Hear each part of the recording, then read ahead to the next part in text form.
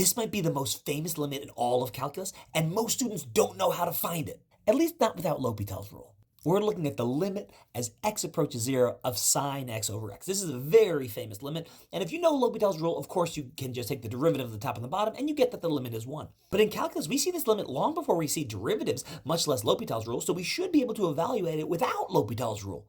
Now, the way to do that is you have to do a little bit of geometry. We're going to draw part of a circle, and we're going to look at an angle in the first quadrant. We'll call that angle x, and we care about what happens as x gets small. We have a smaller triangle and a bigger triangle, but these triangles are similar because they're both right triangles and they have that angle x. The ratio of the sides, well, you're taking the small sides and you're multiplying by 1 over cosine x to get the bigger sides. The area of triangles are, of course, 1/2 base times height, and the area of a wedge is 1/2 theta r squared. The area of triangle ABC is 1/2 base times height, but that's just 1/2 times sine x. The area of wedge ABC is 1/2 x r squared, but r is 1, so you just get 1/2 x. And that bigger triangle ABE, the area of that is just 1/2 sine x over cosine x. Comparing the three shapes we're talking about, you have the inside triangle, then you have the wedge, then you have the larger triangle, so we get this inequality.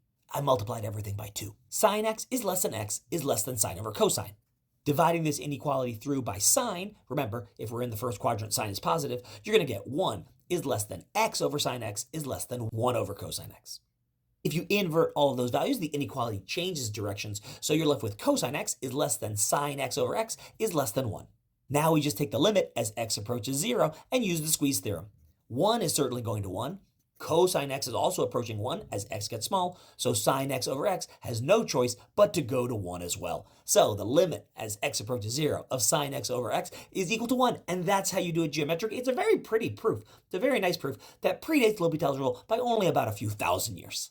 But now you know how to prove that limit without using L'Hopital's rule. Congratulations!